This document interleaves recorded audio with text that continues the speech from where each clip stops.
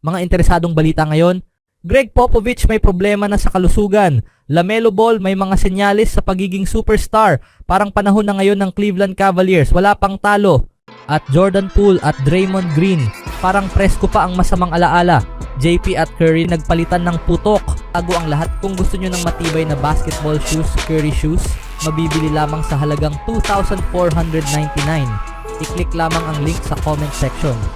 Ayon kay Shams Charania ng ESPN, ang head coach ng San Antonio Spurs na si Greg Popovich ay pansamantalang hindi makakabalik matapos magkasakit noong nakaraang weekend. Inaasahang magiging pansamantalang head coach si assistant Mitch Johnson habang wala si Popovich. Ang hindi pa isinasapublikong issue sa kalusugan ni Popovich ay lumitaw bago ang laban ng Spurs laban sa Minnesota Timberwolves noong Sabado.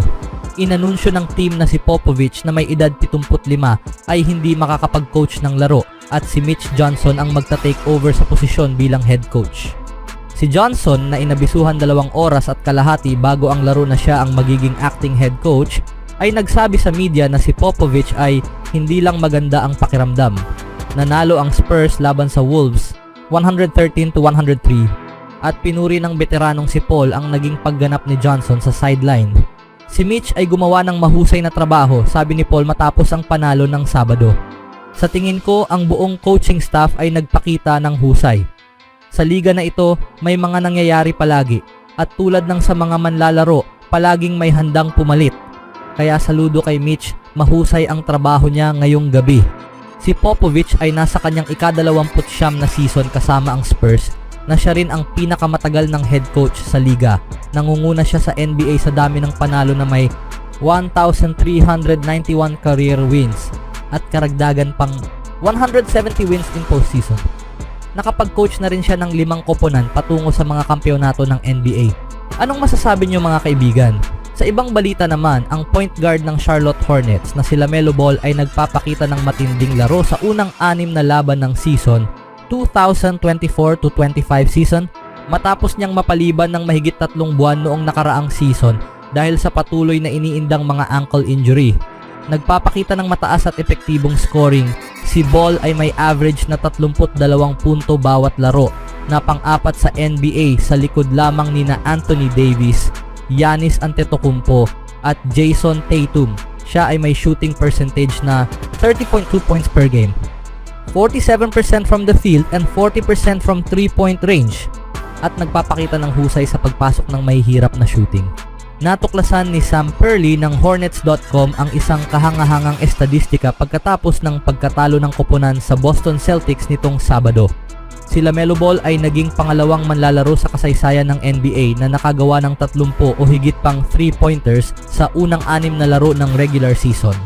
Ang nag-iisang ibang manlalaro na nakagawa ng parehong record ay si Stephen Curry na nagawa ito sa 5 okasyon.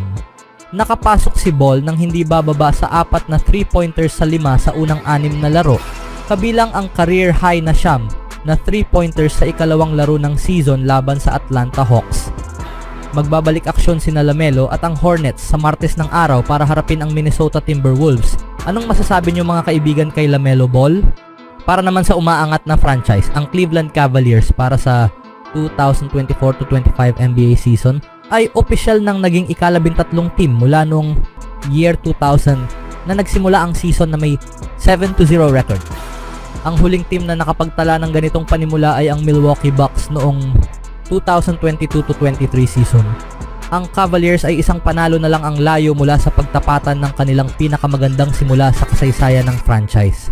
Ang kanilang pinakamahusay na simula ay nagmula noong 1976-77 season kung saan nanalo sila ng unang 8 laro.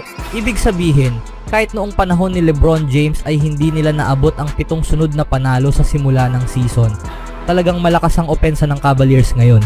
Sa unang 4 na laro, nakapagtala sila ng record na 494 points na mas mataas kaysa sa naunang record na 480 points sa unang 4 na laro nung 1992-93 season. Ang pace o bilang ng mga possessions kada laro ay maaaring dahilan kung bakit mahusay ang laro ng Cavs ngayon. Ang kanilang ranggo ay nasa ika-22 noong nakaraang season, ngunit ngayon sa ilalim ng bagong head coach na si Kenny Atkinson, umangat sila sa ika-11 sa NBA pagdating sa pace. Bagaman hindi pa ito top 10, isang malaking pag-unlad ito kumpara noong nakaraang season. Ang iba pang team na nag-umpisa ng season na may 7 sunod na panalo ay ang 2015-16 Golden State Warriors, 2013-14 season Indiana Pacers, 2010-11 season New Orleans Hornets, and 2010-11 season Los Angeles Lakers. Anong masasabi nyo ngayon mga kaibigan sa Cleveland Cavaliers? Samantalang ito ang unang pagbabalik ni Curry mula sa 3-game absence. Pakitang gilas agad kung paano siya nakilala. Isang tres ang binitawan, unang puntos sa Golden State. Sinundan naman ito ng isang bounce pass patungo kay Jackson Davis. Sumalis naman si Draymond Green. 7-0 run for Warriors. Unang puntos sa Wizards sa quarter, isang tres mula kay Jordan Poole. Ngunit isang magandang lob pass naman ang bawi ng GSW. Green to Davis connection. Curry inikot ang bola. Magandang pasa patungo kay Davis ulit. Pasok! Wala ng 6 na minuto. Dito na naramdaman ang tensyon sa pagitan ni Poole at Draymond Green. Parang hindi pa nakalimot ang dalawa sa mapait na nakaraan. Poole magandang steal para sa isang easy basket. Body healed. Kakapasok palang impact agad. Bumawi naman agad si JP, isang hard drive ang ginawa. Basket. Score 19-14. Nang magawa ni Podziemski ang isang hook shot, Moody umatake sa loob. Pasok. Sinundan pa ng back-to-back tres ni Buddy Hield. Ganado ang pumalit kay Thompson mga kaibigan. 29-20 end of first quarter. Sa second quarter, Buddy Hield mainit pa rin mga kaibigan. 10 puntos na para kay Buddy Hield.